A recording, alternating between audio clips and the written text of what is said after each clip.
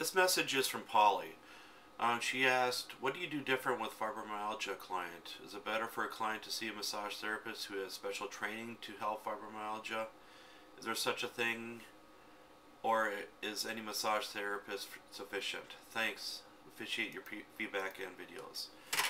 With fibromyalgia, my mom, she's had it for many years now, and she's one of the main reasons I got involved into massage, because she was receiving massages on a regular basis back in the day, and it was helping her fibromyalgia some. And then she eventually talked me into becoming a massage therapist. With fibromyalgia, what I've noticed with a lot of clients in the past is either they can handle a lot of pressure or they can't hardly handle any pressure at all. But one of the main treatments that massage therapists will perform with fibromyalgia, it seems, is myofascial release. With myofascial release, or MFR, you're using slow, deep stretches on the body.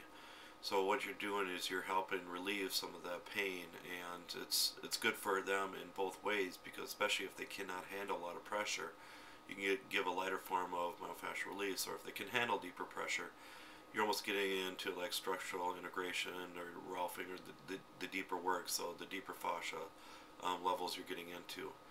And with my mom, she usually prefers a lot deeper work, so she's almost in tears sometimes, but that's the only way, because it's so deep and achy kind of pain. But again, people with fibromyalgia can have different pain levels, and there's 18 different points basically in the body for fibromyalgia, what they test, so that's just one of the tests that they use. And still, it's not totally recognized throughout the medical field. That's a problem with fibromyalgia. And most chiropractors believe in it, so they sometimes do wonders with that. But again, some doctors believe in it, some people don't, because what it's classified under is underneath arthritis. And with that, a lot of times they develop like chronic fatigue syndrome first, like achy and tired and those kind of sensations, and it's hard to sleep, but then they say it starts settling more in the muscles, then they get true fibromyalgia. But again, fibromyalgia is really hard to diagnose too, so they have to go through many different processes before they actually diagnose fibromyalgia.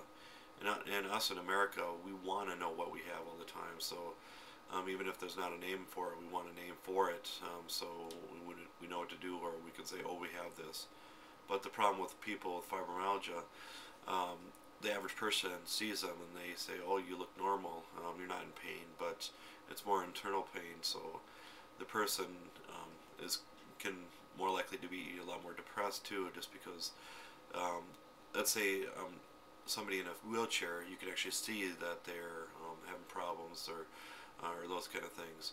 But with people with fibromyalgia, again, they're walking around, or if they're limping or something, but you really can't see that they have those kind of problems. So sometimes they feel sorry for themselves, or sometimes they get depressed. And I'm not saying that in general, but that's just sometimes what they believe.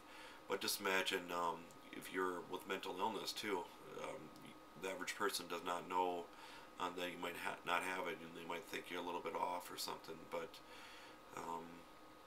with mental illness, they don't realize how much pain the person's actually in, and sometimes people think, oh, you're faking it and stuff. So that's what the person with fibromyalgia is sometimes thinking, that, oh, it's not real any pain at all, but you're just faking it. But again, it's true pain, and I've dealt with too many people to realize that it is a lot of aches and pains. And I've only met a few guys that have been truly diagnosed with fibromyalgia. It seems like majority of females.